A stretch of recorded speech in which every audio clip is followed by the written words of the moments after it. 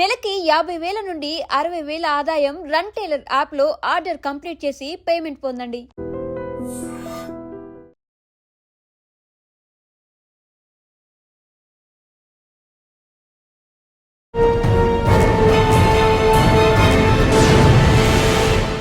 Welcome to crime diaries. ఈ వారం మన guest 1995 batch police officer.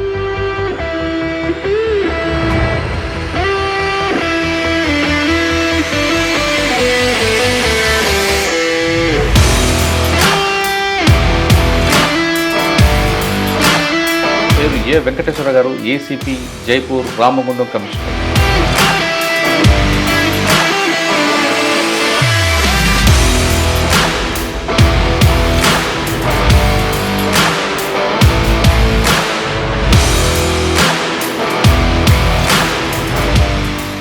Jagtial అనగా నక్సల్స్ మూవ్మెంట్, మరోవైపు కోరోట్ల మైగ్రేట్ ఫార్మ్ లేబర్, ఈ రెండు ఇష్యూస్ ఎలా సార్ట్అవుట్ చేసుకుంటాం? మేజర్ ప్రాబ్లం మావోయిస్ట్ దళాలు 4 దళాలు తిరిగేది. వాళ్ళకు ఉన్నటువంటి ఆయుధ దళాలను కానీ సాయుధ దళాలను కానీ నిరంతరంగా కరప్ట్ చేస్తూ ఆ ప్రభావంతో కొంతమంది వెళ్ళారా, లేదా నిజంగానే భూస్వామ్య వ్యవస్థ మీద పోరాటం చేద్దాం వెళ్ళారా? మావోయిస్ట్ మూవ్మెంట్ 82 నుంచి తెలంగాణలో బలంగా ఇది. చాలామంది చదువుకున్న యువకులు మావోయిస్ట్ వైపు ప్రభావితం చేయడం జరిగింది. సార్, మీరు పనిచేసిన పగిడిపల్లి కానీ మిగతా ప్రాంతాల్లో మూవ్మెంట్ ఎక్కువ ఉండేది. అప్పట్లో పోలీసులను దాడులు చేయడం, పోలీసులను చంపడం వంటి కార్యక్రమాలు ఎక్కువ ఉంటాయి. Maoist sympathetic ground, militant ground. 95 తర్వాత ఈ జెండాలు బాతిన భూములు ఎవరు కూడా దున్నకుండా పోయింది. మావోయిస్ట్ అప్పుడు గిట్ట వాళ్ళు తుపాకులు వదిలిపెట్టి ప్రజా జీవితంలో వస్తే ఇప్పుడున్న కొంతమంది నాయకులతో పాటు వాళ్ళు. సార్, ఆ టైంలో మీ బాగా కలిసి వేసిన సంఘటన చెప్పండి. రుద్రంగి అనే విలేజ్లో తుంకరి పనిచేసే ఆమెని 3 బొమ్మలు అని ఉంటాయి అక్కడ. ఆ 3 బొమ్మల కాడికి తీసుకుపోయి ఆమె తలనరికి అక్కడ పెట్టడం జరిగింది. ఎందుకు? మహిళలను చంపకూడదు కదా. అంతా కూడా ల్యాంపెనింగ్గా ఎప్పుడైతే వీళ్ళు 95 తర్వాత రకాలుగా మావోయిస్ట్ అంటే ఎవరు ఇంత క్రూరంగా చేస్తారు, ప్రజల మధ్యన కూడా చాలా తిరుగుబాటు వచ్చింది. అట్లాంటి చాలా ఇన్సిడెంట్స్. ఇంకోటి నేను ఉదాహరణ ఇన్సిడెంట్, తెల్లారి పెళ్లి చేసుకుంటుంది అమ్మాయి, చేసుకుందామని పెళ్లికి మెహందీ రాసుకునే క్రమంలో మైనర్ అమ్మాయి. కారణం ఏంటంటే అప్పుడు ఒక దళ సభ్యుడు ఈమెను ప్రేమిస్తున్నాడు, వాడు బయటకు వెళ్ళిపోతాడు ఈమె లేకుంటే అని చెప్పేసి ఒక ఫాల్స్ ఆలోచించడం మైనర్ అమ్మాయి. ఈ మావోయిస్టుల యొక్క పనికిమాలిన మైనర్ అని చూడకుండా తీసుకొని పోయి ఆమెను చంపడం జరిగింది. 20 years ఎంతమంది ఆఫీసర్లు?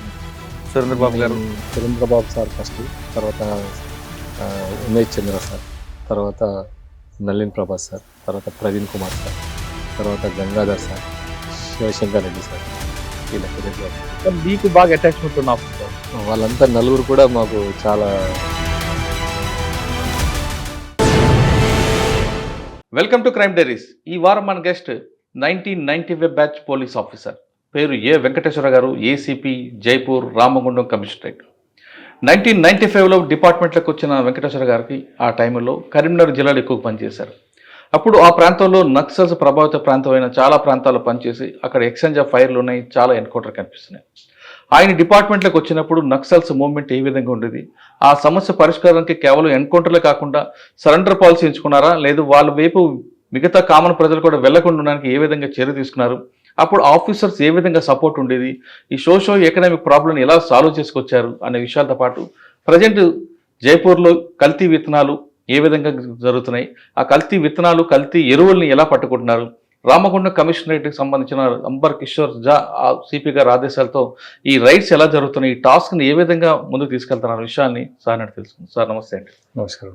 వెంకటేశ్వర గారు, డిపార్ట్మెంట్లో మీరు బై ఛాన్సా బై చాయిసా రావడం, వచ్చిన తర్వాత మీరు కరీంనగర్ జిల్లాలో పనిచేస్తున్నప్పుడు మూవ్మెంట్ ఎలా ఉండేది, ఆ మూవ్మెంట్ని ఎదుర్కోవడానికి ఏ విధంగా ఫుడ్ పెట్రోలింగ్ కానీ ఇంటెలిజెన్స్ పెట్రోలింగ్ ఎలా చేసేవారు, మీకు టీం ఎలా దొరికింది, ఆఫీసర్ సపోర్ట్ ఎలా ఉండేది? అంటే ఇప్పుడంటే మూవ్మెంట్ లేదు కాబట్టి అందరూ ప్రశాంతంగా ఉన్నారు, హ్యాపీగా తిరుగుతున్నారు, యూనిఫామ్ వేసుకొని తిరిగేవి.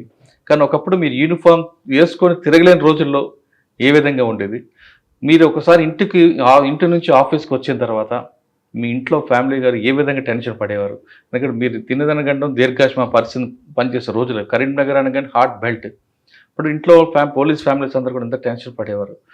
మీ మీ కెరీర్ ఈ విధంగా రావడానికి మీ అబ్బాయి కూడా సివిల్స్ రాయడం, ర్యాంక్ సాధించడం వెనక మీ కృషి కన్నా మీ మేడం కృషి ఎక్కువగా కనిపిస్తుంటుంది. కాబట్టి ప్రతి పోలీస్కి సంబంధించిన భార్యలే కష్టాలు పెట్టి ఈ విధంగా వస్తుంది. మీ వైఫ్ ఏ విధంగా కష్టపడ్డారు? ఇప్పుడు మీరు జరుగుతున్న జైపూర్లో క్రైమ్ ఏ విధంగా ఉంది? ఒకప్పుడు క్రైమ్ ఎలాగుంది? ఇప్పుడు మీకు చుట్టూ హార్డ్ కోడ్ బెల్ట్ కనిపిస్తుంది, ఒక పక్క ఛత్తీస్గఢ్ బార్డర్. ఆ బార్డర్ నుంచి ప్రాబ్లం ఎలాగ వస్తున్నాయి? ఈ అన్ని ప్రశ్నలకు సమాధానం చెప్పే ముందు ఒకసారి వెంకటేశ్వర గారి కుటుంబ నేపథ్యం, పోలీసు యూనిఫామ్ మీద అడిగినట్లుగా బై ఛాన్సా బై చాయిస్? ఈ పోలీస్ రావడం అనేది చాలా నా అదృష్టంగా భావించిన. ఎందుకంటే నేను 26 జనవరి నా బర్త్డే. మా నాన్న జెండా ఎగిరేసే టైంలో నేను జన్మించడం జరిగింది. మా నాన్న సర్పంచ్, మా నాన్నగారు మా ఊరికి. మాది ఆదిలాబాద్ డిస్టిక్ హెడ్ క్వార్టర్ పక్కన చాందా టీ గ్రామం. దాంతో నేను చిన్నప్పటి నుంచి కూడా పోలీస్ ఆఫీసర్ కావాలన్న దృఢ సంకల్పం ఉండేది. ఆ దృఢ సంకల్పంతోనే నేను ఆదిలాబాద్ వరకు డిగ్రీ చదివిన తర్వాత పోస్ట్ గ్రాడ్యుయేషన్ నేను వరంగల్లో చేసిన. వరంగల్లో నేను కాకతీయ యూనివర్సిటీలో చేసేటప్పుడు కూడా మా ఫ్రెండ్స్ అప్పుడు మావోయిస్ట్ ప్రభావం చాలా ఉండేది. ఆల్మోస్ట్ ఆల్ యూనివర్సిటీ అంతా కూడా హబ్బు కదా, వాళ్ళ సింపథైజర్స్తో ఇది ఉన్నా కూడా ఆ టైంలో కూడా వాళ్ళని నేను వ్యతిరేకించేది. అంటే మీరు అగెనిస్ట్ నేషన్ అన్న దీని మీద ఎప్పుడు కూడా భారత వ్యవస్థ మీద, భారత రాజ్యాంగం మీద ఒక దృఢమైన నమ్మకంతో చిన్నప్పటి నుంచి నేను ఇది కావడం జరిగింది, బ్రాటప్ కావడం జరిగింది. దానికి అదృష్టంగా నేను ఎస్ఐగా సెలెక్ట్ కావడం నేను మా పూర్వజన్మ పుణ్యం, మా అమ్మ నాన్నల కృషి. ఈ రకంగా నేను ఇప్పటి వరకు సర్వీస్లో ఎలాంటి ఎడుదొడుకులు లేకుండా అన్ని డిపార్ట్మెంట్లో పనిచేయడం జరిగింది. దానికి నేను నా అన్యత అందరికీ అంటే ముందు మీ తల్లిదండ్రులకి, తర్వాత మీ గురువులకి, వీళ్ళందరికీ మీరు చెప్పుకుంటూ వస్తున్నారు. ధన్యవాదాలు. ఓకే సార్, ట్రైనింగ్ అయిన తర్వాత ఫస్ట్ పోస్టింగ్ ఎక్కడ వచ్చిందండి? మాది 1995 బ్యాచ్. 16 ఆగస్టులో ఆంధ్రప్రదేశ్ పోలీస్ అకాడమీలో ఫస్ట్ బ్యాచ్ మాది. అక్కడ ట్రైనింగ్ 9 నెలల శిక్షణ అనంతరం, తర్వాత బటాలియన్ గ్రౌండ్ శిక్షణ అనంతరం కరీంనగర్ రావడం జరిగింది. మా ఆదిలాబాద్ జిల్లా నుంచి, అప్పుడు ఉమ్మడి ఆదిలాబాద్ జిల్లా నుంచి మా బ్యాచ్లో 4 మాత్రమే సెలెక్ట్ అయినాం. అందులో నేను ఒకరిని. మిగతా ముగ్గురు ప్రకాష్, ఇప్పుడు మంచిర్యాల, ఆయన బోత్ ప్రాపర్ సార్. శ్రీనివాసరావు అని చెప్పి మందమర్రి ప్రాపర్. కరుణాకర్ రావు అని ఖానాపూర్ ప్రాపర్. మేము 4 వచ్చి ఇక్కడ చేయాలి. అప్పుడు చాలా మట్టు కూడా నేను ఎస్ఐగా సెలెక్ట్ అయినప్పుడు అప్పటికి నేను ఐటీడీఏలో టీచర్గా చేసిన, 1 year టీచర్ చేసిన. అందరూ కూడా మా అమ్మ నాన్న ఎవరికి కూడా ఇష్టం లేదు. అప్పుడైతే మావోయిస్ట్ ప్రాబల్య ప్రాంతం, ఇంక్లూడింగ్ మా ఆదిలాబాద్ కూడా చాలా ప్రాబల్యమైన ప్రాంతం. ఇంద్రవెల్లి అవన్నీ కూడా మా పరిసర ప్రాంతాలే. మా అమ్మ నాన్నకు అసలు ఇష్టం లేకుండే, అసలు పోలీస్ కావడం ఇష్టం లేదు. అయిపోయింది కదా, ఒక గవర్నమెంట్ నౌకరు దొరికింది, మన వ్యవసాయ కుటుంబంలో ఏదో ఒక ఉద్యోగం ఉంటే సరిపోతుంది కదా అని చెప్పి మా నాన్న కానీ మా బంధువులు కానీ చాలామంది పోవడం ఇష్టం లేకుండే. నేను టీచర్ ఉన్నప్పుడే పెళ్లి చేసుకున్నా, ఇంక్లూడింగ్ మా మామగారికి కూడా ఇష్టం లేకుండే. మా మామగారు కూడా ఎప్పుడు తరచూ ఊళ్ళో అనవసరంగా అమ్మాయిని పోలీసు వాళ్ళకి ఇచ్చామని ఫీల్ అయ్యింది. ఆ సందర్భంలో యాక్చువల్గా నా అదృష్టం ఏంటంటే నేను పోలీస్ కాకముందే పెళ్లి చేసుకున్నాను. పిల్లనిచ్చే పరిస్థితి, అట్లాంటి పరిస్థితులు. మళ్ళీ పోయి కరీంనగర్లో అప్పటికి పోత్కపల్లి అటాక్ అయింది మేము పోయే ముందు. తర్వాత చాలా పోలీస్ స్టేషన్ల మీద ఫైరింగ్లు జరిగినాయి. రెగ్యులర్గా పోలీస్ క్యాజువాలిటీ రెగ్యులర్గా జరిగింది. దానిలో భాగంగానే మేము ట్రైనింగ్ అయిపోయిన తర్వాత పెద్దపల్లిలో ప్రొబేషనరీ చేసి ఫస్ట్ పోస్టింగ్ జగిత్యాల డివిజన్లో పెగడపల్లి అనే పోలీస్ స్టేషన్లో విధులు నిర్వర్తించినాం. సార్ మీరు పెద్దపల్లి ట్రైనింగ్ అయిన తర్వాత Peddapalli first posting? Peddapalli probationary. అప్పుడు ఎవరు ఎస్పీ ఎవరండి కరీంనగర్? ఇప్పుడు సురేంద్రబాబు ఎస్పీ గారు. ఏం నేర్చుకున్నారు ఆయన దగ్గర? సురేంద్రబాబు గారు చాలా మంచి నాలెడ్జ్ పర్సన్, చాలా డెడికేటెడ్ పోలీస్ ఆఫీసర్. మేము చూసిన దానిలో ఒక డిపార్ట్మెంట్కి ఆయన ఆనిమిత్యం. ఆయన ఒక ఎలిగేషన్లో నన్ను పిలిచి నాకు ఒక 15 నిమిషాలు క్లాస్ ఇవ్వడం జరిగింది. మీకా? మీ మీద ఎలిగేషన్? క్లాస్ ఇచ్చి, అప్పుడు కొత్త ప్రొబేషనర్ ఎస్ఐగా ఒక క్లాస్ చెప్పడం జరిగింది. ఆయన చెప్పింది ఇప్పటికి కూడా మాకు జ్ఞాపకం ఉంటుంది. ఏంటంటే క్లాస్ లా ఈజ్ గ్రే. లా ఒక బూడిద రంగులో మన దగ్గర ఉంటుంది. It can be tune white, it tune dark. మన చేతిలో లా ఉన్నది. లా మన చేతిలో పెట్టడం అనేది రాష్ట్రపతి తర్వాత మనకే ఆ పవర్ ఉంటుంది. కాబట్టి మనం దాన్ని సక్రమంగా యూజ్ చేయాలా. ఒక కేసుని 323గా మనం కేసు సెక్షన్ చేయొచ్చు. ఒక దెబ్బ తాకిన కేసుని, ఒక కొట్టిన కేసుని 324 కింద చేయొచ్చు. అదే కొట్టిన కేసుని 307 కూడా చేయొచ్చు. 302 కూడా చంపిద్దాం. చనిపోతుంది దెబ్బ తగిలితే. అట్లా లా అనేది మన చేతిలో, మనం అది applicable is the right way. మనం లా అప్లికేషన్ చేస్తున్నప్పుడు రైట్ వేలో అప్లికేషన్ చేస్తే ప్రాపర్గా మనం సొసైటీని మనం అదుపులో పెట్టగలుగుతాం. అది మనం నేర్చుకోవాలి ఫస్ట్ అని చెప్పి చెప్పడం జరిగింది. కలర్ బాగా చెప్పారు ఆయన. లా గ్రే లా కలర్. Is a grey. ఆ గ్రే అనేది మనం it can be tune white or dark. దాని సిచ్యువేషన్కి అనుకూలంగా మనం ఇది చేసుకుంటే ప్రొఫెషనల్గా మనం చాలా సక్సెస్ఫుల్ అవుతాం. ఎప్పుడైతే లాని మనం పర్ఫెక్ట్ యూజ్ చేస్తామో ఖచ్చితంగా పర్ఫెక్ట్గా పోలీస్ ఆఫీసర్ అవుతారు. కానీ ఆయన ఒక 15 నిమిషాల క్లాసు నా జీవితంలో ఎప్పుడు కూడా ఎప్పటికి కూడా మర్చిపోదు. ఓకే, తర్వాత అండి ట్రైనింగ్ అయిన తర్వాత ప్రొబేషనర్ అయిన తర్వాత ఫస్ట్ పోస్టింగ్ పెగడపల్లి పోయినప్పుడు కూడా సార్ పోస్టింగ్ ఇచ్చింది కూడా సురేంద్రబాబు సారే. అప్పుడు మా జగిత్యాలలో బాలసుబ్రహ్మణ్యం ఏఎస్పీ గారు, ఈజీ మై రోల్ మోడల్. ఆయన కూడా ఎప్పుడు చాలా తెలివిగల తమిళ బ్రాహ్మణ్. 24/7 డెడికేటెడ్గా పనిచేయడం జరిగింది ఆ రోజుల్లో. ఆయన టైంలో కోరుట్ల మెట్పల్లి ఏరియాలో చాలా ఫైనాన్స్ చీటింగ్ చాలా పెద్ద ఎత్తున ఉండేది. ఆ ఫైనాన్స్ చీటింగ్ అంతా కూడా సార్ పర్టికులర్గా లీగల్గా ప్రాపర్గా ఇచ్చేసి అక్కడ ఉన్నటువంటి ఆ మోసాల్ని, ఆ చిట్టి మోసాలు కానీ, తర్వాత డిపాజిట్ మోసాలు కానీ అన్నీ కూడా ఇచ్చేసి అక్కడ ఉన్న ఫైనాన్స్ వ్యవస్థను అంతని కూడా దాన్ని ఇచ్చేసి అక్కడ దాదాపు జగిత్యాల డివిజన్ ప్రజలందరికీ కూడా ఫైనాన్స్గా నష్టపోకుండా చాలా కాపాడి ఈరోజు ఆ డివిజన్ అట్లున్నా అంటే ఆయన చెలవని అనిపిస్తుంది. సార్ అది కాకుండా జగిత్యాల అనగా నక్సల్స్ మూవ్మెంట్, మరోవైపు కోరుట్ల మైగ్రేట్ పామ్ లేబర్, ఈ 2 ఇష్యూస్ ఎలా సార్ట్అవుట్ చేస్తారు? తర్వాత దానిలో ఇది ఫైనాన్స్ మేజర్ ప్రాబ్లం ఉండే. రెండవది ఇంకో మేజర్ ప్రాబ్లం మావోయిస్ట్ కూడా. అప్పుడు మేము జగిత్యాల పోయిన క్రమంలో 4 మావోయిస్ట్ దళాలు, 4 దళాలు తిరిగేటి. ఏమండి? పెగడపల్లి జగిత్యాల దళం ఒకటి, మల్యాల దళం ఒకటి, మెట్టపల్లి దళం ఒకటి, సిరిసిల్ల దళం ఒకటి. ఈ 4 దళాలు కూడా మానాల బేస్గా, తర్వాత రాయకల్ సారంగపూర్ బేస్గా ఆర్గనైజేషన్ చేస్తూ ఉండేది. వీటి మీద కూడా ఎప్పుడు ఆ దళాల పైన మనం నిరంతరంగా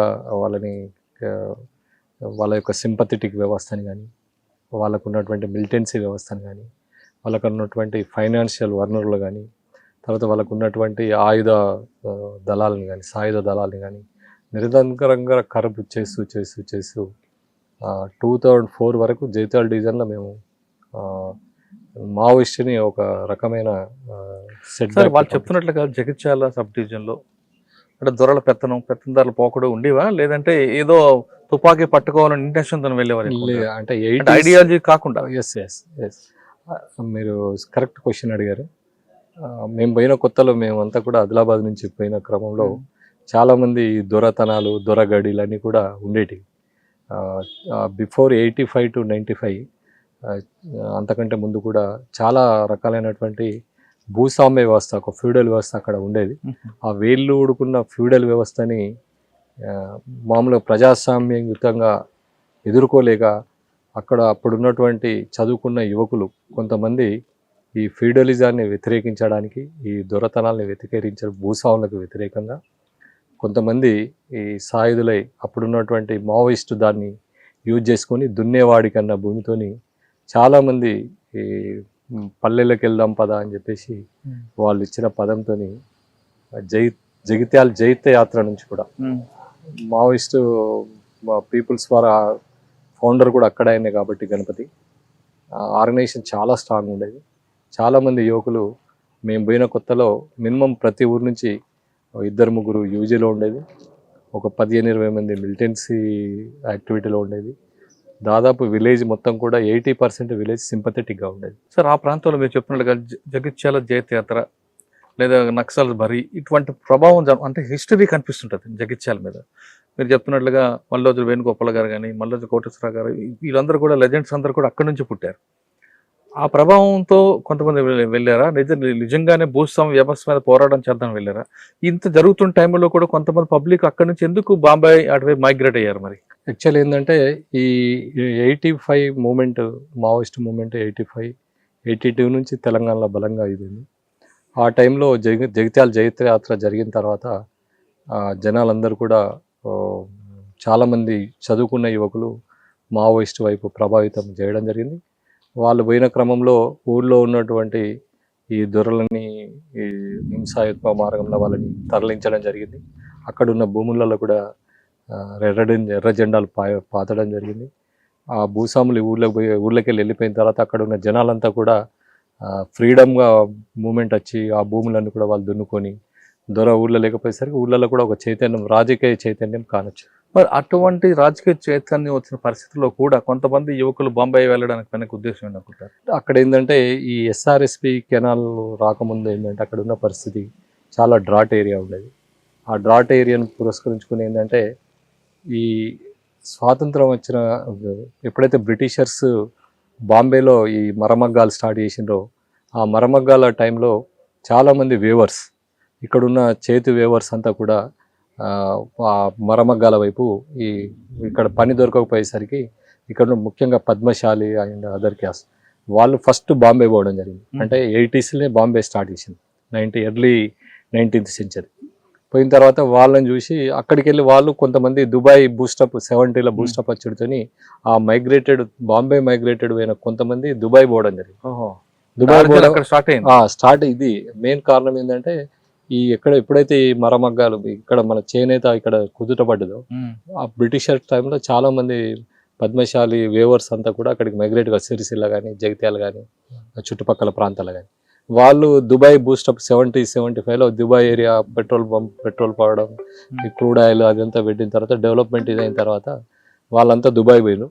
తర్వాత వాళ్ళని చూసి మిగతా క్యాస్ట్ వాళ్ళు కూడా వాళ్ళు దుబాయ్ పోవడం, అక్కడ ఏజెంట్ వ్యవస్థ ఏర్పడడం, ఇదంతా కూడా చాలా మంది విలేజ్కి 100 నుంచి 200 మంది ఖచ్చితంగా అక్కడ మైగ్రేట్ అయ్యారు. సార్, మూమెంట్ ఉన్న టైంలో కొంతమంది వాళ్ళకి భయపడి గ్రామాలు విడిచిపెట్టి హైదరాబాద్ తలదాచుకున్నారు, వాస్తవం? అప్పుడు చాలా మట్టుకు ఏంటంటే మావోయిస్ట్ ప్రభావిత ప్రాంతాల్లో ఎవరైతే భూస్వాములు ఉన్నారో వాళ్ళంతా కూడా ఫైనాన్షియల్గా అంత సౌండ్ ఉన్న పర్సన్స్ వాళ్ళంతా పోయి నియరెస్ట్ టౌన్స్ జగిత్యాల కానీ, సిరిసిల్ల కానీ, కరీంనగర్ కానీ, హైదరాబాద్ కానీ వాళ్ళు భూస్వాములంతా అక్కడికి పోయిన తర్వాత అక్కడ కొత్త సిస్టమ్ స్టార్ట్ చేసింది. అప్పుడే పుట్టిన ఈ ఫైనాన్స్ వ్యవస్థ కూడా అందులో ఒక భాగం. అలాంటి పోయిన వ్యక్తులే కొంతమంది ఈ ఫైనాన్స్ వ్యవస్థని పుట్టియడం జరిగింది. అట్లా పోయిన తర్వాత కొన్ని వ్యాపారాలలో, తర్వాత ఎడ్యుకేషన్ పరంగా, పిల్లల ఎడ్యుకేషన్ పరంగా చాలా రకాలైనటువంటి అవకాశాలు వచ్చినాయి. వాళ్ళు విలేజ్ విడిచి వెళ్ళిన తర్వాత చాలా రకాలైనటువంటి పెట్టుబడిదారులు, చాలా రకాలైనటువంటి ఎంటర్ప్రైనర్స్గా తయారైంది. చాలామంది ఆ రకం కూడా వాళ్ళు బాగుపడ్డారు. తర్వాత ఈ విలేజ్లో కూడా చాలా క్యాస్ట్లు భూములు దున్నుకొని వీళ్ళు కూడా ఆ moment 85 to 95 is the okay. అంటే దానివల్లే కొంత ప్రయోజనం జరిగింది, సామాజిక మార్పు, తర్వాత ఆర్థిక మార్పు జరిగింది. సార్, మీరు పనిచేసిన పగిడిపల్లి కానీ మిగతా ప్రాంతాల్లో మూమెంట్ ఎక్కువ ఉండేది. అప్పట్లో పోలీసులను దాడులు చేయడం లేదా పోలీసులను చంపడం వంటి కార్యక్రమాలు ఎక్కువ ఉండేవి. అవి ఎలా మీరు ఎదుర్కొంటూ వచ్చేవారు? యూనిఫామ్ లేకుండా వెళ్ళే రోజులు అప్పుడు? యాక్చువల్ ఏంటంటే మేము చెప్పాను కదా, ఈ triangle first Maoist sympathetic ground, militant ground, సాయుధ దళం, ఈ 3 ఉండేది. ఈ 3ని కూడా మనం ఏంటంటే ఫస్ట్ సింపథెటిక్ గ్రౌండ్ని చాలా మనం తగ్గించడానికి చాలా రకాల ప్రయత్నాలు చేసాం. అప్పుడు మా ఊరికి రండి అనే ప్రోగ్రామ్ కానీ, తర్వాత విలేజ్లో టోర్నమెంట్స్ కానీ, గైడెన్స్ సెల్ ఒకటి మేము ప్రతిదానికి విలేజ్లో గైడ్ చేసేది. ప్రతి విషయంలో కూడా విలేజ్ని మనం రెగ్యులర్గా టచ్ చేస్తూ ఉండేది. ఆ సింపథెటిక్ గ్రౌండ్ 95 తర్వాత ఈ జెండాలు బాతిన భూములు ఎవరు కూడా దున్నకుండా పోయినాయి. జనాలు కూడా మావోయిస్టు మరి ఉండి ఏం చేస్తున్నారు, వాళ్ళ ఏదైతే గోల్ 95 వరకే అయిపోయింది. వాళ్ళు ఆఫ్టర్ 95 వాళ్ళు చేసే రాజకీయం అంతా కూడా జనాలకు ఎక్కడ అక్కడ రాదు. 2004లో ఒక అవకాశం వచ్చింది. మావోయిస్ట్ అప్పుడు గిట వాళ్ళు తుపాకులు వదిలిపెట్టి ప్రజా జీవితంలో వస్తే ఇప్పుడున్న కొంతమంది నాయకులతో పాటు వాళ్ళు కూడా మంచి నాయకులు అయ్యేటోళ్ళు, దేశానికి చాలా ప్రయోజనం కూడా జరిగింది. లైక్ మీరు చూస్తున్నారు కొంతమంది నాయకులు. ఇప్పుడు పరిస్థితి మావోయిస్టులు ఈ రోజు ఆ పరిస్థితి ఎదుర్కొంటున్నారంటే ఆ రోజు ఆ పరిస్థితిని వాళ్ళు సద్వినియోగం చేసుకోకపోవడం. అంటే 95 నుంచి 2004 మధ్యలో సరిగ్గా వాళ్ళ లైన్ మార్చుకోలేదు. ఒకటే లైన్ 95 వరకు వాళ్ళు అనుసరించిన మార్గం కొంత మనం దాన్ని యాక్సెప్ట్ చేయొచ్చు. కానీ 95 తర్వాత వాళ్ళ సిద్ధాంతం అనేది ఇండియా డెవలప్ కావడం, మైగ్రేషన్ పెరగడం, ఎడ్యుకేషన్ పెరగడం, గవర్నమెంట్ పథకాలన్నీ కూడా గ్రౌండ్ లెవెల్ ఇది కావడం, కమ్యూనికేషన్ వ్యవస్థ పెరగడం, ట్రాన్స్పోర్టేషన్ వ్యవస్థ పెరగడం, దీన్ని వాళ్ళు అర్థం చేసుకోలేకపోయారు. ఇంకా ఫ్యూడలిజం అనుకుంటా వాళ్ళంతా 94-95 తర్వాత వాళ్ళ లైన్ కొత్త లైన్ రాలేదు, కొత్త లైన్ పాత లైన్ లోనే వాళ్ళ ఉన్నారు కాబట్టి ప్రజాబలం తగ్గిపోయింది. ప్రజాబలం తగ్గిపోయిన తర్వాత ఉన్న మావోయిస్ట్ ఏంటంటే ప్రతి ఒక్కరిని శత్రువుగా భావించడం. వాళ్ళు ఏదైతే భూస్వాములకు వ్యతిరేకంగా పోరాటం స్టార్ట్ చేసినటువంటి మావోయిస్టులు ఒక విలేజ్లో ఉన్న ఒక సుంకరిని, విలేజ్లో ఉన్నటువంటి ఒక దళిత బహుజనుని, విలేజ్లో ఉన్నటువంటి ఏదో పోలీస్ ఇన్ఫార్మర్ అని చెప్పి వాళ్ళ సిద్ధాంతాలకు నడవట్లేదని చెప్పి వాళ్ళ అడుగులకు మడుగులొత్తలేదని చెప్పి చాలా దారుణంగా మా కన్నా ముందని చంపడం జరిగింది. చాలా దాన్ని మేము వ్యతిరేకించేది. అప్పుడు ఆ టైంలో బాగా కలిసివేసిన సంఘటన చెప్పండి. కలిసివేసిన ఒక వ్యక్తిని చంపడం, లేదంటే రాజకీయ నాయకులను టార్గెట్ చేసి హత్య చేయడం, కిడ్నాప్ చేయడం, బ్లాస్టింగ్ చేయడం. ఒక రుద్రంగి అనే విలేజ్లో మేము ఇది చేస్తున్నప్పుడు నిజంగా కూడా ఏంటంటే పాపం ఒక లేడీ సుంకరి అంటే ఊర్లో చిన్న సుంకరి పని చేసే ఆమెని 3 బొమ్మలు అని ఉంటాయి అక్కడ. ఆ 3 బొమ్మల కాడికి తీసుకుపోయి ఆమె తలనరికి అక్కడ పెట్టడం జరిగింది. ఇన్ఫార్మర్ పోలీస్కు సపోర్ట్ చేస్తుంది. అది చాలా మహిళను చంపకూడదు కదా, మహిళ అని లేకుండా సిద్ధాంతంలో మహిళను చంపకూడదు. అదే కదా, ఇప్పుడు వాళ్ళంతా కూడా ల్యాంపెనింగ్ గా ఎప్పుడైతే వీళ్ళు 95 తర్వాత ఈ ల్యాంపెన్ మూవ్మెంట్ ఎప్పుడైతే స్టార్ట్ అయిందో అప్పుడు వాళ్ళ పతనం, రాజకీయ సిద్ధాంతాన్ని పక్కకు పెట్టిన క్రమంలో వాళ్ళకు ఈ రోజు ఆ పరిస్థితి ఏర్పడడం జరిగింది. మహిళని చంపి తలను పెడతారా? తలని చంపి అక్కడ 3 బొమ్మలు, గాంధీ నెహ్రూ బొమ్మలు ఉంటాయి కదా, ఆ బొమ్మల కాడ పెడతారు. అంటే ఎవరైనా పోలీస్ అయితే ఈ విధంగా పనిష్మెంట్ ఉంటాయి. పెద్ద ఎత్తున ప్రొపగండా చేసి అప్పుడు చాలా రకాలుగా మావోయిస్ట్ అంటే ఎవరు ఇంత క్రూరంగా చేస్తారు, ప్రజల మధ్యన కూడా చాలా తిరుగుబాటు వచ్చింది. అంటే బహుశా ఆ ఇన్సిడెంట్ వాళ్ళకు బ్యాడ్ అయిందేమో. అట్లాంటి చాలా ఇన్సిడెంట్స్, ఒకటి నేను ఉదాహరణ ఇన్సిడెంట్, అట్లాంటి చాలా ఇన్సిడెంట్స్ ఇన్ఫార్మర్ గుర్తుంది చెప్పండి మీకు బాగా. ఒక ఇన్సిడెంట్ ఏంటంటే మావోయిస్ట్ లో నేను కొయ్యూరులో పనిచేస్తున్నప్పుడు 2001 పెళ్లి పీటల మీదకి వెళ్ళి తెల్లారి పెళ్లి చేసుకుంటది అమ్మాయి. చేసుకుందామని పెళ్లికి మెహందీ రాసుకునే క్రమంలో మైనర్ అమ్మాయిని దళం మెంబర్లు వచ్చి బలవంతంగా ఆమెను తీసుకొని పోతారు. తెల్లారి పెళ్లి, దాని మీద కూడా మేము తీసుకెళ్ళి ఏం చేస్తారంటే దళంలో తిప్పుకోవడానికి కారణం ఏంటంటే అక్కడ ఒక దళ సభ్యుడు ఈమెను ప్రేమిస్తున్నాడు, వాడు బయటకు వెళ్ళిపోతాడు ఈమె లేకుంటే అని చెప్పేసి ఒక ఫాల్స్ ఆలోచించాడు. మైనర్ అమ్మాయిని దళ సభ్యుడి కోసం అమ్మాయిని తీసుకొని అక్కడ తీసుకొని పోయింది. అప్పుడు ఉన్నటువంటి అక్కడ శ్రీకాంత్ అని చెప్పి దళ కమాండర్, ధర్మల మల్లికార్జున అనే కాదు. మేము దాని మీద చాలా వ్యతిరేకించినాం. అమ్మాయిని ఎంత దారుణం అంటే అది తీసుకుపోయి మేము ప్రెస్ మీట్ ఇచ్చినాం. అప్పుడు ఆర్డీఓ విలేజర్స్ అంతా కూడా పెద్ద ఎత్తున ర్యాలీ తీసి మెంతిన్లో ఆర్డీఓ రిప్రజెంటేషన్ చేయడం కూడా జరిగింది. జస్ట్ దాని తర్వాత 2 daysకే ఆ అమ్మాయి ఒక ఎన్కౌంటర్లో చనిపోతుంది మాదేవ్పూర్. అయ్యో, అది ప్యూర్ మావోయిస్టుల యొక్క పనికి మాలిన మైనర్ అని చూడకుండా తీసుకొని పోయి ఆమెని చంపడం జరిగింది, చనిపోవడం జరిగింది. వాళ్ళే కారణం. మైనర్ అమ్మాయిని తీసుకుపోవడం, పెళ్లి పీటల మీదకి వెళ్ళి ఆ తండ్రి అప్పటికే ఒక 50,000 ఆ ఏరియాలో 50,000 ఖర్చు చేయడం అంటే పెద్ద గగనం కాటారం ఏరియాలో. అట్లా అదొక సంఘటన. తర్వాత ఇంకా చాలా చోట్ల కూడా పనికి మాలిన దీంతో ఏదో విలేజ్ కక్షలను, విలేజ్ రాజకీయాలని దృష్టిలో పెట్టుకొని ఎవరు మిలిటెంట్ల మీద వాళ్ళకున్న ఇన్ఫర్మేషన్ నెట్వర్క్ ఏదైతే ఉండదో అంతా ల్యాంపెనింగ్ని విలేజ్లలో ఎంకరేజ్ చేస్తే వాళ్ళు వచ్చి ఎవరి మీనో చెప్పి మంచి ప్రజాప్రతినిధి ఊళ్ళో మంచి పేరున్న వ్యక్తులనే చంపేసేది. ఏంది అంటే అక్కడ ఉన్నటువంటి విలేజ్లో ఉన్నటువంటి లంపెన్ మిలిటెంట్ గ్రూపు మాటలిని ఆ రకంగా ఇది చేసిండ్రు. అట్లా చాలా మా అనుభవంగా చాలా చూసినాం. బాపురెడ్డి అని చెప్పి మాదేవ్పూర్లో చాలా మంచి నాయకుడు ఆయనను కూడా చంపడం జరిగింది. తర్వాత 2001లో పర్కాల్, నేను కమలాపూర్లో పనిచేసిన పర్కాల్లో సుందరయ్య అని ఒక డాక్టర్, చాలా మంచి డాక్టర్ ఆయన. ఆయనను కూడా చంపడం. ఎందుకు చంపిర్రు అని ఒక నేరెళ్ళ రవికుమార్ అనేట ఆయనని మేము అడిగితే, ప్రజాస్వామ్యంలో మంచి వ్యక్తులు ఉండద్దు, ప్రజాస్వామ్యంలో లంపెన్గాళ్ళు ఉంటే ప్రజలంతా మా వైపు వస్తారని మేము చంపినామని. సరే, అప్పుడులో దుద్దరి శ్రీధర్ మన శ్రీధర్ బాబు గారు మంత్రి గారు అతని నుంచి కూడా చనిపోవడం. ఆయన కూడా మంచి నాయకుడు, శ్రీపద మంచి ప్రజలల్లో పాపం పేద ప్రజలకు ఆ ఏరియాలో పెద్ద దిక్కుగా ఉండేది. ఆయనను కూడా తీసుకుపోయిన క్రమంలో మేము అదే ఏరియాలో పనిచేసినాం. అసలు ఆ రోజు ఏం జరిగిందండి? ఏదో మాట్లాడదామని చెప్పి తీసుకొని పోయి చంపడం. దాని పూర్వపరాలన్నీ కూడా మాకు అంతగా తెలియదు. సార్, ఆ ప్రాంతంలో మీరు పనిచేస్తున్న టైంలో మీరు మావోయిస్టులు అంటే నక్సల్ చేసిన అరాచకాలు చెప్పుకొచ్చారు. ఇంకా మీ వైపు నుంచి ఏ విధంగా కోంబింగ్ ఉండేది? మీరు ఏ విధంగా అంటే అటు మావోయిస్టులు సపోర్ట్ చేస్తున్నారని ఇన్ఫార్మ్లు, ఎవరైతే కోవర్ట్ ఉన్నారని ఇన్ఫార్మ్ వాళ్ళని తీసుకెళ్ళి అంటే అన్నలకు అన్నం పెట్టారని నెపంతో కూడా చాలా మంది తీసుకెళ్లి కేసులు పెట్టి రిమాండ్ చేశారు. మేము పోయిన 95 కొత్తలో ఉండేది. మా సురేంద్రబాబు ఎస్పీ గారు కానీ, మా ఉమేష్ చంద్ర సార్ కానీ, మా ప్రవీణ్ కుమార్ సార్ టైంలో కానీ మేము చాలా రకాలుగా ఈ ఏదైతే మీరు అన్నది ఉన్నది చూడు, తీసుకుపోయి కొట్టడం, థర్డ్ డిగ్రీ ఉపయోగించడం కానీ, లేదంటే ఏదో రికార్డ్ పర్పస్గా వాళ్ళని చేసి ఎన్కౌంటర్లు చేయడం కానీ, అవన్నీ కూడా ఆల్మోస్ట్ ఆల్ స్టాప్ చేసి 95 వరకు జరిగేది. అది కొద్దిగా ఉండేది కావచ్చు. అంటే వాళ్ళ అన్నలకు అన్నం పెట్టారని వాళ్ళ మీద వైలెన్స్ ని న్యూట్రలైజ్ చేయడానికి ఇంకో వైలెన్స్ జరిగేది కావచ్చు.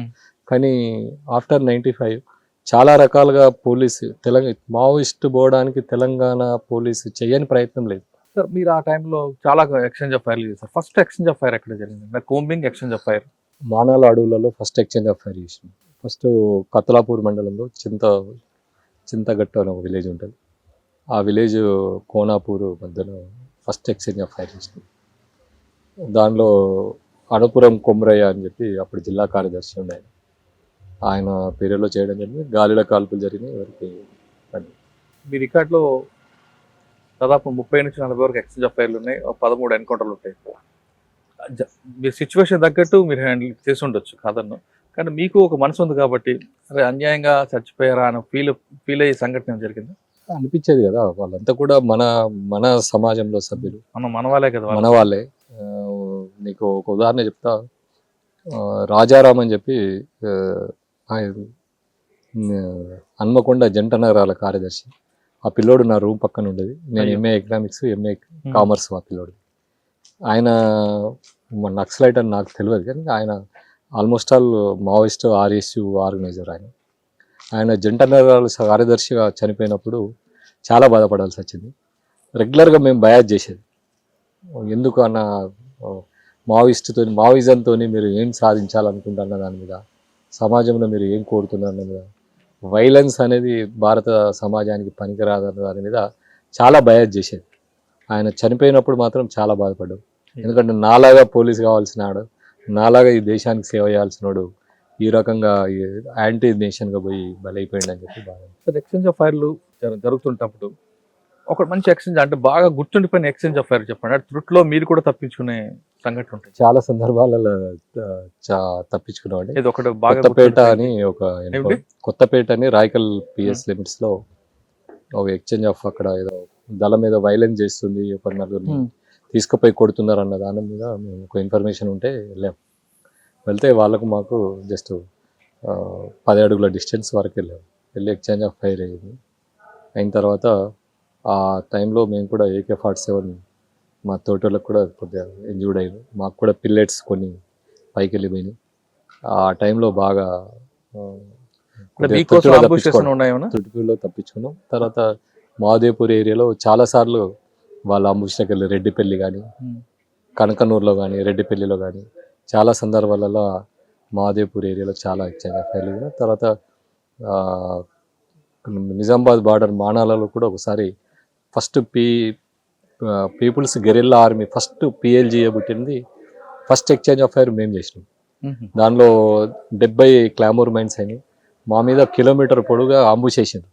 లక్ ఏంటంటే మేము ఆ వైపు ఆ రూట్లో వెళ్ళకుండా వాళ్ళ కౌంటర్ రూట్లో వెళ్ళి ఎక్స్చేంజ్ ఆఫ్ ఫైర్ చేసినాం. మేము చేసిన ఎక్స్చేంజ్ ఆఫ్ ఫైర్తో ఆవల మానాల నిజామాబాద్కి పోయి అక్కడ ఒక 7 మహిళలు ఎన్కౌంటర్ అయ్యారు. సార్, ఆ మానాల ఎన్కౌంటర్ గురించి చెప్పండి. ఒక కేస్ స్టడీగా ఉండిపోయింది. ఇప్పుడు మానాల ఎన్కౌంటర్ నేను ఓకే సార్. పెద్దపల్లి తర్వాత ఎక్కడికి వచ్చారు? పగిడిపల్లి తర్వాత రాయకల్లో 3 years చేశాను సార్. తర్వాత కతలాపూర్ వెళ్ళాను సార్. తర్వాత మెట్టిపల్లి చేశాను. జైతాల్ డివిజన్లో 6 పోలీస్ స్టేషన్ చేశాను సార్. తర్వాత జగిత్యాల ఇట్లా గోదావరిఖని డివిజన్లో కొయ్యూరు చేశాను సార్. అప్పుడు కొయ్యూరు ఎన్కౌంటర్ జరిగింది. ఆ ఎన్కౌంటర్ తర్వాత నేను వెళ్ళాను అక్కడికి. అచ్చా, కొయ్యూరు ఎన్కౌంటర్ కూడా చెప్పండి. కొయ్యూరు ఎన్కౌంటర్లో శీలం నరేష్ అని చెప్పి నల్ల ఆదిరెడ్డి, శీలం నరేష్ చాలా ఇంపార్టెంట్ క్యాడర్ వాళ్ళు.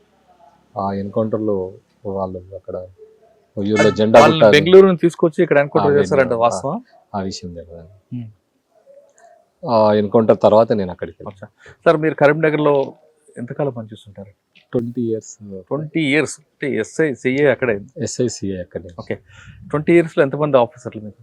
సురేంద్ర బాబు గారు, సురేంద్ర బాబు సార్ ఫస్ట్, తర్వాత ఉమేష్ చంద్ర సార్, తర్వాత నళిన్ ప్రభాస్ సార్, తర్వాత ప్రవీణ్ కుమార్ సార్, తర్వాత గంగాధర్ సార్, శివశంకర్ రెడ్డి సార్.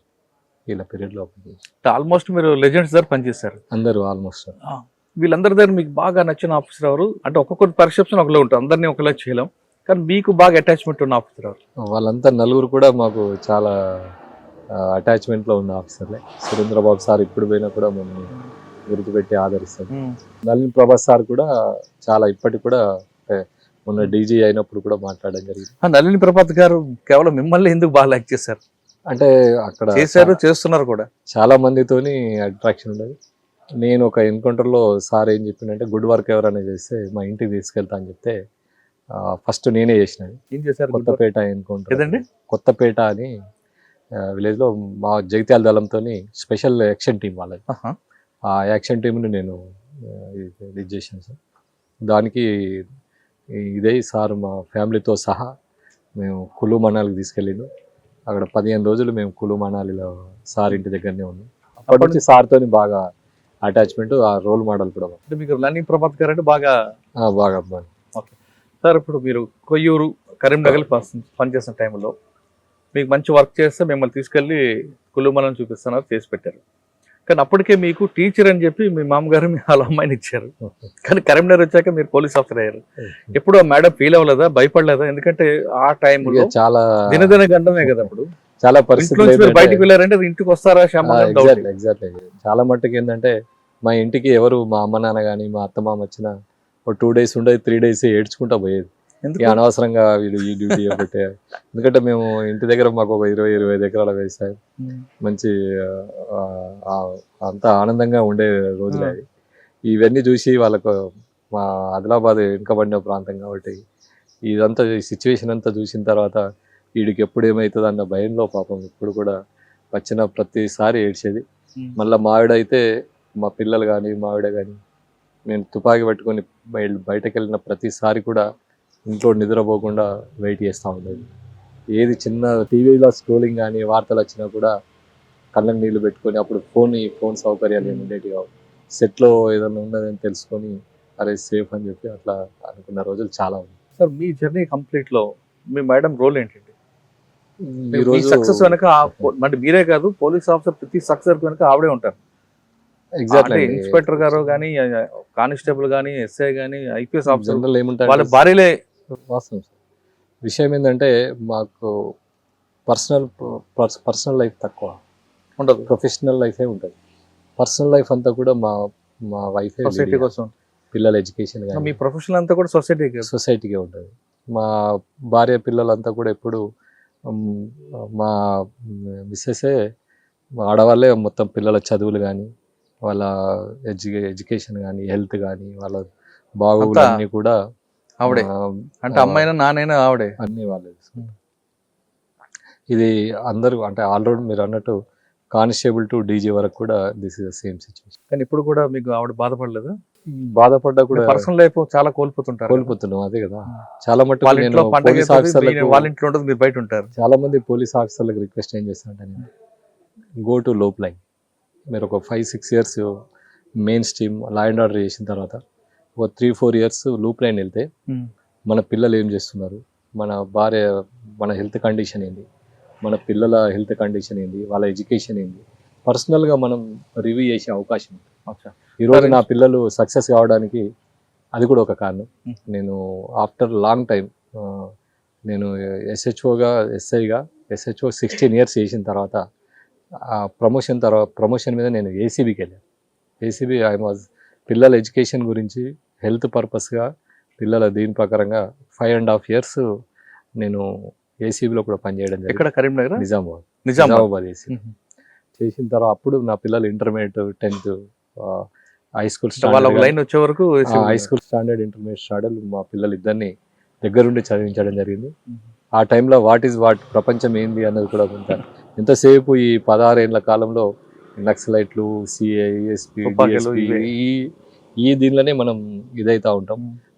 మళ్ళీ ప్రొఫెషనల్ జెల్సీ, వాడు పక్కకున్న సిఐతో ఆ పోస్టింగ్ తీసుకుంటే నేను ఈ పోస్టింగ్ తీసుకోవాలని, ఆయన ఇది చేస్తే నేను ఇంకో ప్రమోషన్ తీసుకోవాలని, ఆయనకు రివార్డ్ వస్తే నేను ఒక రివార్డ్ తీసుకోవాలని, ఈ జెల్సీలనే చాలామంది పోలీస్ ఆఫీసర్లు ఆ పిల్లల బాగోలు చూసుకోకుండా, హెల్త్ బాగోలు చూసుకోకుండా రిటైర్మెంట్ పరిస్థితిలో చాలా మందికి ఆ ప్రాబ్లం ఈరోజు మాకు తెలిసిన ఆఫీసర్లు ఫేస్ చేస్తున్నారంటే అదే బాధ అనిపిస్తూ ఉంటాయి. చాలామందికి మా పోలీస్ ఆఫీసర్లకు కోరుకునేది ఏంటంటే జస్ట్ 5-6 yearsకి ఒకసారి అయినా you should go loop line, any loop line.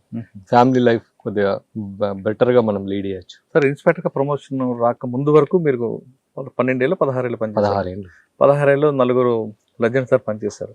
అందులో బాగా గుర్తుండిపోయిన ఒక కేసు చెప్పగలరా? ఎవరిది వాళ్ళే రోల్. ఇప్పుడు ప్రవీణ్ కుమార్ వచ్చింది ఒక రోల్, ఆయన ఒక మోడల్గా తీసుకొని ఆయన ఒక పని చేయడం జరిగింది. నళిని ప్రభాస్ సార్ ఒక మోడల్ తీసుకొని పనిచేయడం జరిగింది. ఉమేష్ చంద్ర సార్ ఒక మోడల్గా తీసుకొని పనిచేసింది. సురేంద్రబాబు సార్ ఒక మోడల్గా తీసుకొని, అంటే ఎవరి పీరియడ్ వాళ్ళది, ఎవరి సిచ్యువేషన్ వాళ్ళది. ఆ సిచ్యువేషన్కి అనుకూలంగా వాళ్ళు పనిచేసి వాళ్ళ పని అంతా కూడా మావోయిస్ట్ని ఎట్లా కర్వ్ చేయాలా, ఇక్కడ ఉన్నటువంటి ఇతర నక్సలైట్ గ్రూపులందరినీ కూడా ఎలా కర్వ్ చేయాలా అన్న ఉద్దేశంతోనే వాళ్ళు పనిచేయడం. కొంతమంది ఎన్కౌంటర్లే లక్ష్యంగా వెళ్ళారు, మరికొంతమంది సరెండర్ పాలసీ, మరికొంతమంది రకరకాల పాలసీ ప్రకారంగా. ఇప్పుడు ఆ సురేంద్రబాబు టైంలో ఆయన చేసిన పాలసీ ఏంది, only real exchange of fires, that is fake exchange of fires. ఆయన ఎట్టి పరిస్థితులు ఆయన ఇది చేయలే, ఎట్టి పరిస్థితులు అట్లా చేసిన వాళ్ళని కూడా ఆయన ఊరుకోవాలి. తర్వాత రియల్ ఎక్స్చేంజ్ ఆఫ్ ఫైర్స్ రియల్గా ఇది చేయడం జరిగింది. నళిని ప్రభాత్ వచ్చిన తర్వాత కూడా అది పీక్ మూమెంట్, ఆ వైలెన్స్ కూడా అట్లనే ఉండేది. కౌంటర్ వాళ్ళు కూడా చాలామందిని, పొలిటీషియన్స్ కానీ, పోలీసుని కానీ, తర్వాత మామూలు వ్యక్తులు, ఇన్ఫార్మర్లని కానీ చాలా వైలెన్స్గా పోయేది. కాబట్టి పోలీస్ కూడా ఆ టైంలో వైలెన్స్గా పోవాల్సి వచ్చింది. ఆఫ్టర్ 2000, 2001, 2004, 2003 ప్రాంతంలో ప్రవీణ్ కుమార్ వచ్చిన పీరియడ్లో ఏంటంటే ఉమేష్ చంద్ర సార్ కూడా జస్ట్ 6 months చేశాడు. సార్ది కూడా సేమ్ నళిని ప్రభాత్ 6 నెలలు పనిచేశారండి. అవును, 6 నెలలు పనిచేసిన ఆయన ట్రాన్స్ఫర్ అవగానే మొత్తం మీరందరూ అదంతా కూడా అప్పుడు మా మీద కూడా కేసులు అయినాయి, మా స్పెషల్ పార్టీ మీద. 6 నెలలు అంత అభిమానం చాలా, అంటే ఆయన మోటివేషన్ అట్లుండేది. Is a legend police officer. ఆయన మోటివేషన్లో ఎవరు పనిచేసినా కూడా ఆయన కంటే ఎక్కువ ఇంతజాజంగా పనిచేస్తారు. అది ఆయన దగ్గర ఉన్న గొప్పతనం. అందుకే 6 నెలల్లో ఆయన ట్రాన్స్ఫర్ అవగానే మీ అందరూ చాలా కరీంనగర్ పోలీసులో ఒక తనదైన ముద్ర ఏర్పాటు చేయడం జరిగింది. కేసులు కూడా అప్పుడు చాలా మంది పోలీస్ ఆఫీసర్ల మీద కూడా మా మీద కూడా అప్పుడు ఎంక్వైరీస్ జరిగింది. ఓకే, తర్వాత ప్రవీణ్ కుమార్ గారు చెప్పండి. ప్రవీణ్ కుమార్ సార్ పీరియడ్లో ఏంటంటే, ఈ సార్ ఏంటంటే ఈ ఏరియా పుత్రుడు కాబట్టి ఆయన ఒక సామాజిక వర్గానికి ఒక ఈ ఏరియాలో ఉన్న ఆయన మెంబర్ ఇది కాబట్టి ఆయన ఇక్కడున్న సమాజాన్ని చాలా స్టడీ చేసి ఏం చేసినంటే, అంతకుముందు వరకు ఏముండదంటే ఒక దళంని మనం ఎన్కౌంటర్ చేసినా వాళ్ళు 10 రోజులలో ఇంకో 10 మంది కలిసి ఒక దళం ఫామ్ అయింది. తర్వాత ఏం చేసినంటే సరెండర్ పాలసీ చాలా, అంతకుముందు ఎవరైనా సరెండర్ అయితే పోలీస్ చుట్టూ తిప్పుకొని వాళ్ళని మా పోలీస్ దగ్గరనే పెట్టుకొని బయటకు పంపించేది కాదు. సరెండర్ అయిన తర్వాత ఏం చేసినంటే సరెండర్ పాలసీ ప్రాపర్గా గవర్నమెంట్ తరఫు నుంచి వాళ్ళకు 2-3 లక్షలు ఇచ్చి, వాళ్ళకి జీవనోపాధి ఇచ్చి, వాళ్ళ మీద కేసులన్నీ కూడా ఎత్తివేసి వాళ్ళ ఊళ్ళో ఫ్రీగా ఉండేటట్టు చేయడం వల్ల చాలామంది బలవంతంగా దళంలో వేయనోళ్ళు, బలవంతంగా ఎట్లా అంటే అప్పటి వరకు దళంలో వేయటోళ్ళు ఎట్లుండేదంటే చాలామంది ఎవరు కూడా మనస్ఫూర్తిగా దళంలో వేయనోళ్ళు లేరు 2000 తర్వాత. అవునా?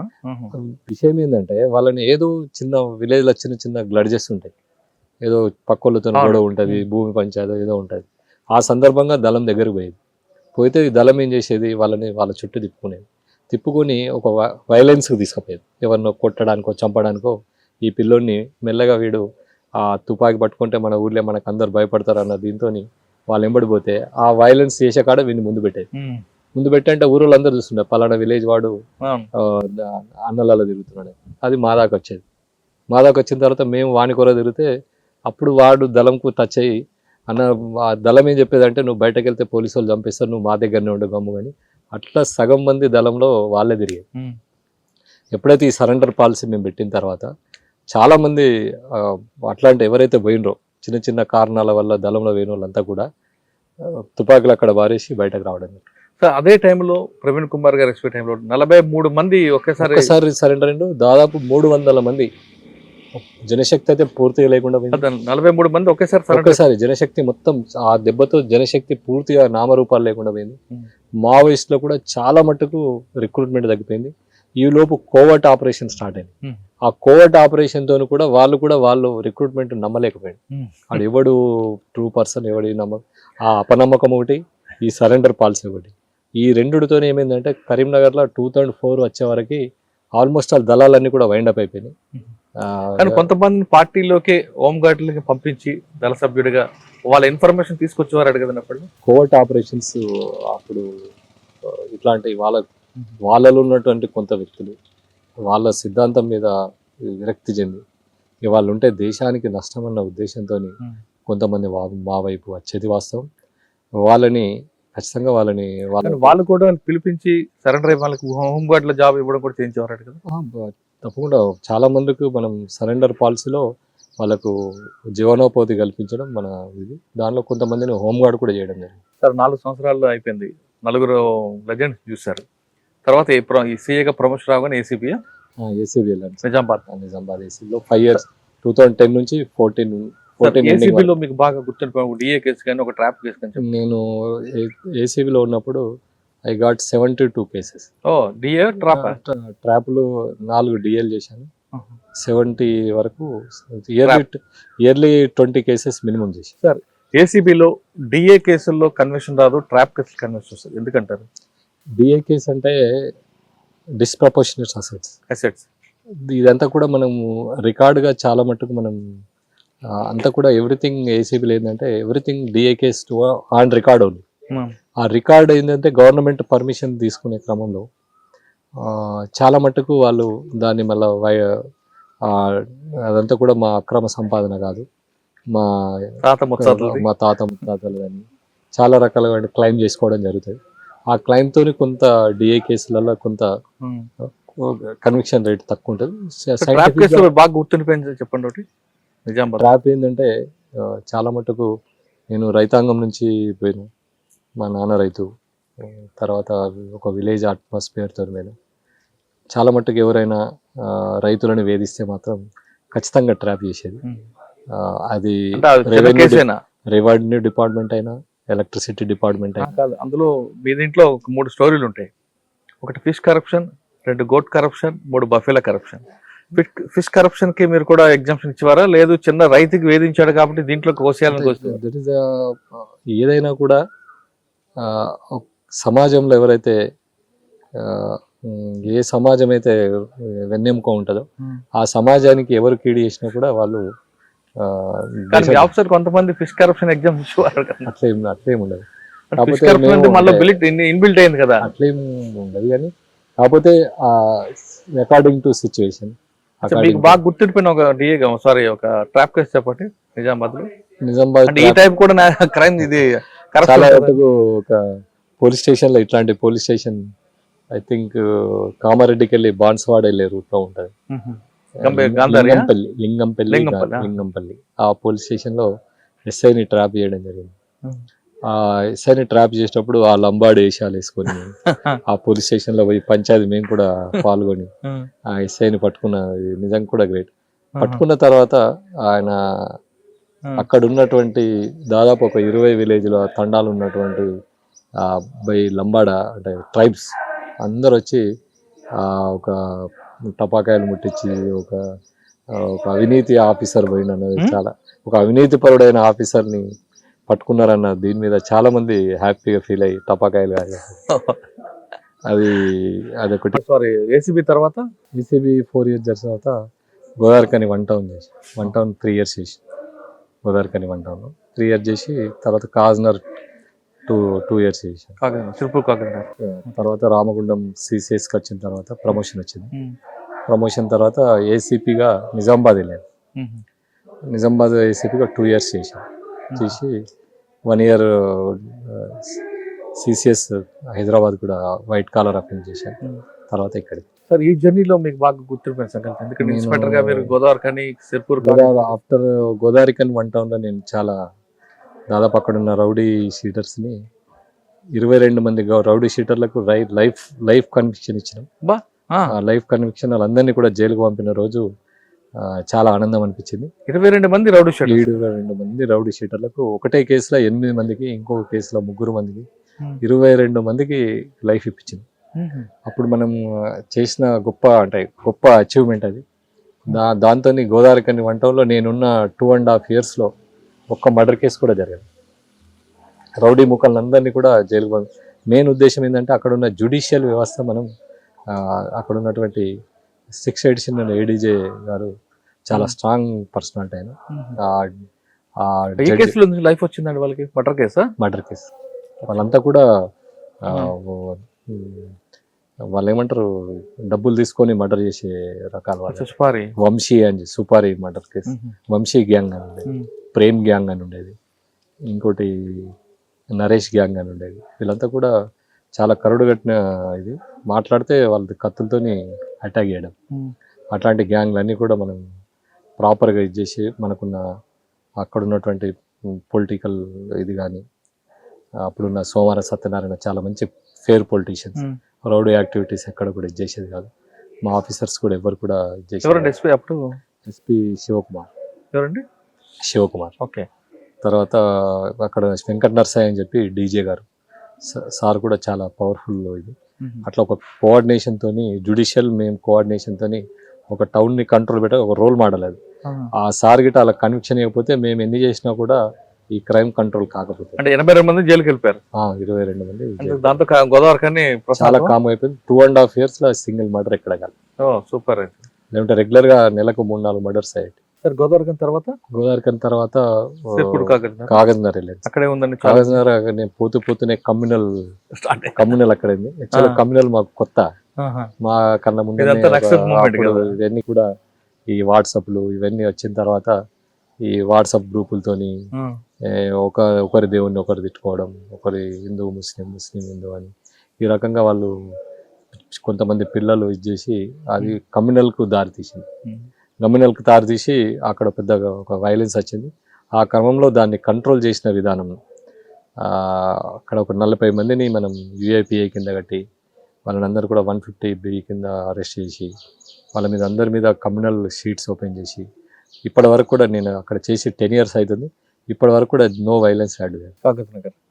నెక్స్ట్ ఏసీపీ నిజామాబాద్ ఏసీపీలో నేను చేసింది ఏంటంటే సిపి కార్తికేయ అండి, తర్వాత మా నాగరాజ్ సార్.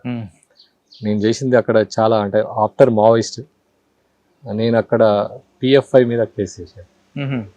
అప్పుడు సెంట్రల్ ఇంటెలిజెన్స్ వాళ్ళ ఇన్పుట్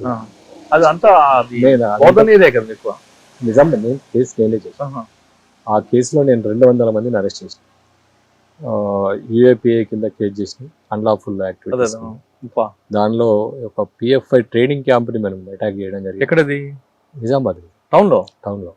చాలా పెద్ద ఎత్తున ఇది 2023లో 22లో పెద్ద ఎత్తున మనకు మనం ఈ నిజామాబాద్ కేసు మళ్ళీ తర్వాత NIA వాళ్ళు తీసుకున్నారు.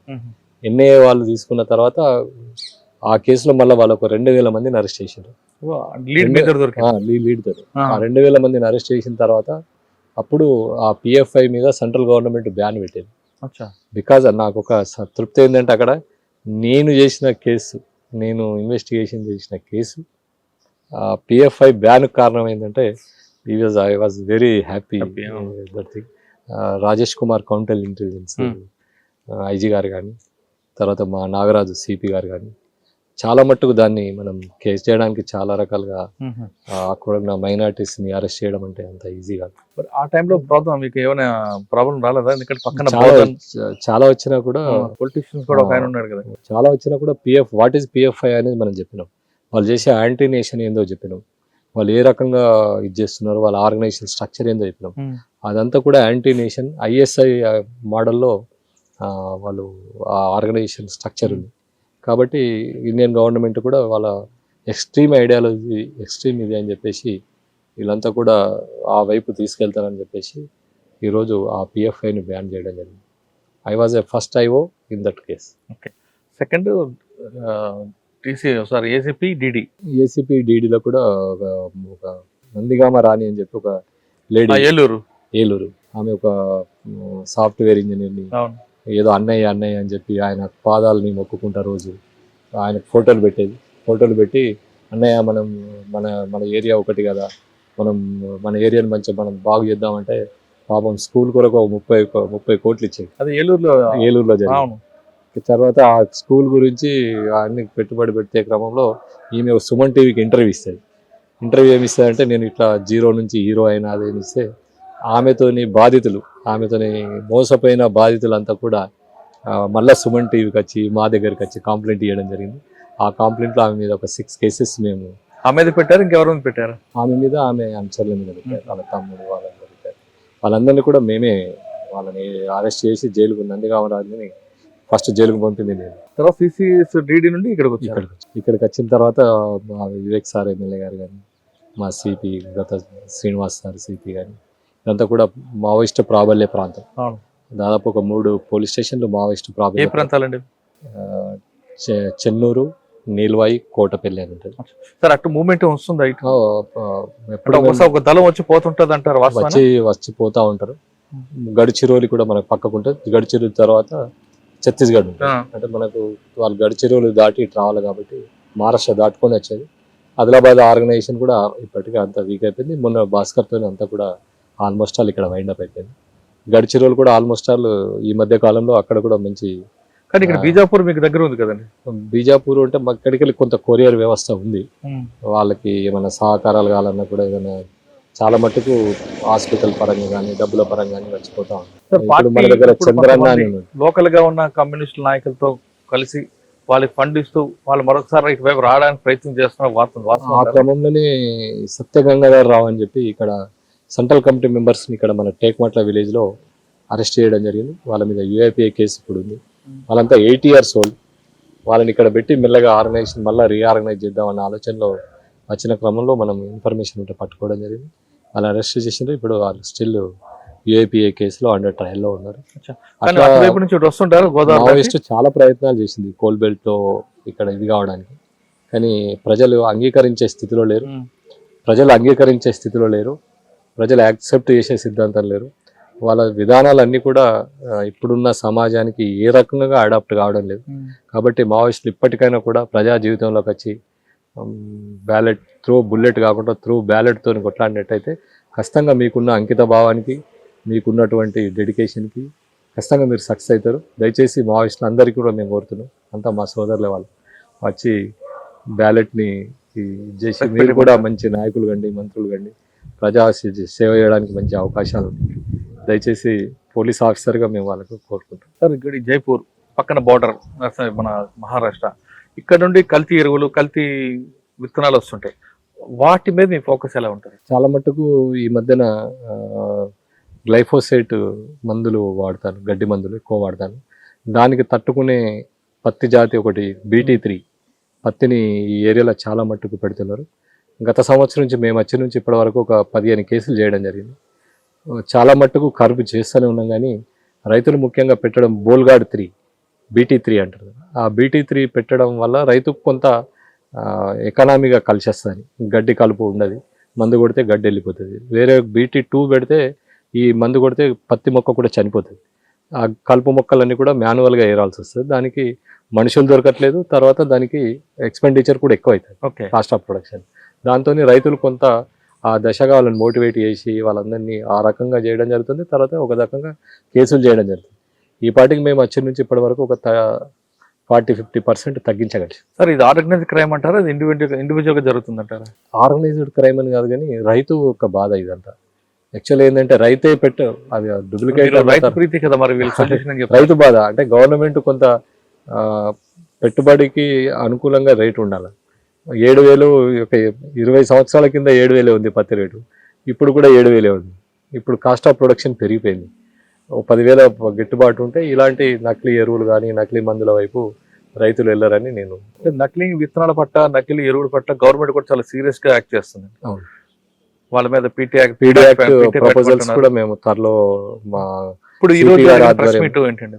ఈ రోజు పెట్టిన ప్రెస్ మీట్ గ్లైఫోసైట్ విత్తనాలు అమ్మే క్రమంలో ఒక వ్యక్తి దొరకడం జరిగింది. ఆయన పైన మనము ఇప్పటికి ఇది 3వ సారి ఆయన మీద చట్టపరంగా ప్రాపర్గా చర్యలు తీసుకొని వాడిని రిమైండ్ చేయడం జరిగింది. ఇప్పుడు మూడోసారి దొరికాడు కాబట్టి పీడీ యాక్ట్ పెడతారా? పీడీ యాక్ట్ పెట్టే అవకాశం కూడా it is legally fit, we will definitely follow. మా సిపి గారి గైడ్ లైన్స్లో ప్రాపర్గా మేము ఇక్కడ కర్బ్ చేస్తున్నాం. దాని మీద కర్బ్ చేయడానికి ఇలాంటి వ్యక్తుల మీద ఎలాంటి చట్టాలను ఉపయోగిస్తాం. కేసులు పెట్టడం, అరెస్ట్ చేయడం కాకుండా రైతులకి మీ ద్వారా ఇచ్చే మెసేజ్ ఏంటి? రైతులకు ఒకటే చెప్తున్నాం, BT3 అనేది కల్తీ విత్తనాలు అనేటివి రైతుకి చాలా హానికరం. ముఖ్యంగా రైతు బీమా వచ్చింది. మీరు గవర్నమెంట్ సర్టిఫైడ్ చేసిన విత్తనాలు వాడితేనే మీకు బీమా వచ్చే అవకాశం ఉంది. కాబట్టి రైతు బీమాని ఉపయోగించుకోండి, మీకున్న నష్టాన్ని కానీ దీన్ని కానీ నివారించుకోండి. అంతేగాని మీరు ఈ నకిలీ విత్తనాల వైపు వెళ్తే మీ పంట నష్టం జరిగినట్టయితే ఎలాంటి బీమా సౌకర్యం ఉండదు.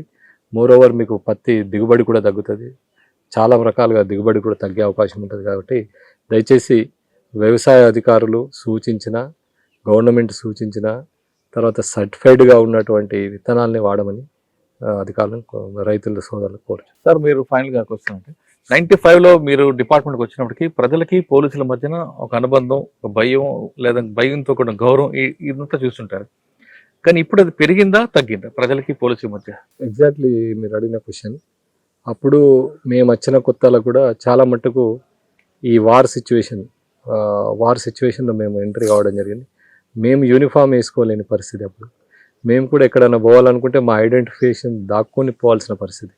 లైక్ ఎప్పుడైనా విలేజ్కి వెళ్ళాలంటే ఒక ఆర్టీసీ బస్సులో ఒక 50 మందితో పాటు మేము కూడా కలిసి మఫ్టీలో వెళ్ళాల్సిన పరిస్థితులు ఉండేవి. ఆ టైంలో సహజంగా ఆ వార్ సిచ్యువేషన్లో ప్రజలు కొద్దిగా భయపడేది వాస్తవం. ప్రేమతో కూడా తర్వాత మేము ప్రజల వద్దకు కొన్ని కార్యక్రమాలు తీసుకుపోవడం, ప్రజలతోనే అనుబంధంగా ఉండడం, మమేకం కావడం, ప్రతి సమస్యని మేము ప్రజల సమస్యని టేకప్ చేయడం, వాళ్ళని ఎడ్యుకేట్ చేయడం, ఇదంతా చేసిన తర్వాత ప్రజలు మా పట్ల చాలా సోదర భావంతో, మిత్రత్వంతో చాలా మట్టుకు మాకు వచ్చిన అప్పుడు మావోయిస్టుకు వ్యతిరేకంగా వచ్చిన ఇన్ఫర్మేషన్లు అన్నీ కూడా మా పోలీస్ వాళ్ళ యొక్క మాకున్న ప్రజల యొక్క సంబంధాలతోనే ఎక్కువ ఇన్ఫర్మేషన్ వచ్చేది. అలాంటి ఆఫీసర్లే సక్సెస్ అయ్యేటి కూడా. తర్వాత ఇప్పుడున్న పరిస్థితికి వచ్చేసరికి ఇప్పుడున్నటువంటి ఈ సోషల్ మీడియా యుగంలో, ఈ ఫాస్ట్ టెక్నాలజీ యుగంలో ఇదంతా కూడా మనం ట్రాన్స్పరెన్సీ అనేది చాలా పెరిగిపోయింది. ఆ ట్రాన్స్పరెన్సీలో భాగంగా మనం కూడా ఏదైనా కూడా కలిసిమెలిసి పనిచేసినట్టయితేనే ప్రజలకు ఒక సర్వీస్ చేయగలుగుతామని చెప్పి నా అభిప్రాయం. సో ఫైనల్గా ఈ డిపార్ట్మెంట్లోకి వచ్చే వాళ్ళకి మీరు ఇచ్చే మెసేజ్ ఏంటంటే, అంటే మీలాంటి వాళ్ళు అప్పుడు ఛాన్స్ అనుకున్నారు కానీ ఛాయిస్గా వచ్చారు. తర్వాత కొంతమంది ఛాయిస్గా వస్తారు, కొంతమంది ఛాన్స్లో వచ్చి పనిచేస్తారు. కానీ ఛాన్స్లో వచ్చిన తర్వాత కూడా డిపార్ట్మెంట్కి వచ్చేదాకా వాళ్ళు ఒక డెడికేట్గా పనిచేసే వాళ్ళు చూస్తుంటారు. మీ బ్యాచ్మెంట్స్ అవ్వచ్చు, మీ జూనియర్స్ అవ్వచ్చు. కానీ ఇప్పుడు సర్వీస్ మోటో కన్నా కమర్షియల్ మోటోకి ఎక్కువ వస్తున్నారు. అంటే అందరూ ఉండకపోవచ్చు, 10% 20% ఉంటే ఉండొచ్చు. పోలీస్ డిపార్ట్మెంట్లోకి కమర్షియల్గా రమ్మంటారా, సర్వీస్ మోటివ్తోనే రావాల్సింది. It is a service, humbly service. అంటే మనం ఎవరో అంటే వేరే వాళ్ళకి ఇంత అవకాశం ఉండదు. మన యూనిఫామ్తోని ఎక్కడికి వెళ్ళినా కూడా మనకు ఒక గౌరవము, ఒక ఇది వస్తుంది. దాంతో మనం ఒక బస్ స్టాండ్లో నిల్చున్నా కూడా మన చుట్టూ ఒక దొంగతనం, ఏ పిక్ పాకెటర్ కూడా అంత సాహసం చేయడం. తర్వాత మనం చాలా మందికి చాలా రకాల సర్వీస్ చేసే అవకాశం, లైక్ భార్యాభర్తల కౌన్సిలింగ్ కానీ, రోడ్డు మీద వెళ్ళే ట్రాఫిక్ నిబంధనలు కానీ, ఇవన్నీ కూడా మనం చేయడం వల్ల చాలా మట్టుకు రోడ్ యాక్సిడెంట్ తగ్గిస్తాం. భార్యాభర్తలు ఇది చేసి మనం కౌన్సిలింగ్ చేసి చాలామందికి విడాకులు కాకుండా చూస్తాం. చాలామందికి మనం అన్యాయానికి గురి కాకుండా చూస్తాం. ఒక కబ్జాదారుల నుంచి వాళ్ళను కాపాడుతాం. ఇట్లా చాలా రకాలైనటువంటి మనం సర్వీసు ఏ రకంగా మనం ఒక్క హెల్ప్ చేసినా కూడా జీవితంలో వాళ్ళు మనల్ని మర్చిపోకుండా చూసుకుంటారు. ఈ వేరే ప్రొఫెషన్కి ఇలాంటి అవకాశం ఉండదు. మనం కానిస్టేబుల్ దీనిలో కానీ హోమ్ గార్డ్ కూడా ఒక్కొక్కసారి కొన్ని విలేజ్లలో చాలా మంచి పేరు ఉంటుంది. కారణం ఏంటంటే ప్రతి దాన్ని కూడా ఆయన వాళ్ళకి గైడ్ చేస్తూ ఉంటాడు, చెప్తా ఉంటాడు. వాళ్ళ మాట సాయం అనేది పోలీసుల చేత సాయం కంటే మాట సాయం ఇంకా చాలా బాగా చేయొచ్చు. కాబట్టి అందరికి సోదరులకు కోరేది ఏంటంటే, you Jain police, serve the society. అన్యాయం ఎక్కడ జరిగిందో ఆ బాధితుల పక్షాన్ని నిలబడాలంటే పోలీసు ఒక్కరే అంటున్నారు వెంకటేశ్వర గారు. ఆ సమయంలో వాళ్ళకి చేసిన సహాయం, మాట సహాయం ఎంతో మేలుంటుంది. మీరు చేత సహాయం కన్నా మాట సహాయం చేస్తే వాళ్ళ జీవితాంతం మేము గుర్తుపెట్టుకుంటారని చెప్తున్నారు. ఈ అవకాశం ఏ డిపార్ట్మెంట్లో రాదు, కేవలం పోలీస్ డిపార్ట్మెంట్లో మాత్రం ఉంటుంది అంటారు. ఇక్కడికి వచ్చిన తర్వాత కేవలం సర్వీస్ మోటోలో అండి, కమర్షియల్ మోటోలో రావాలంటే ఈ డిపార్ట్మెంట్ కాదు, వేరే డిపార్ట్మెంట్ ఉంది. సర్వీస్ మోటోలో వచ్చే వాళ్ళు మాత్రం ఈ డిపార్ట్మెంట్ ది బెస్ట్ ప్లాట్ఫామ్ అంటున్నారు వెంకటేశ్వర గారు. ఇది వెంకటేశ్వర గారితో ఎక్స్క్లూజివ్ ఇంటర్వ్యూ. వచ్చే వారం మరో గెస్ట్తో మళ్ళీ కలుద్దాం. అంతవరకు నమస్తే. Thank you. నమస్కారం.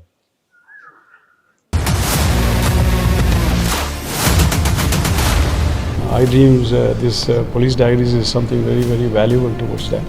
I must really appreciate Murali, your insights. I dreams founder and CEO చిన్న వాసుదేవ్ రెడ్డి గారితో మురళీధర్ క్రైమ్ స్టోరీస్ చాలా ఫేమస్ అయిపోయినావు.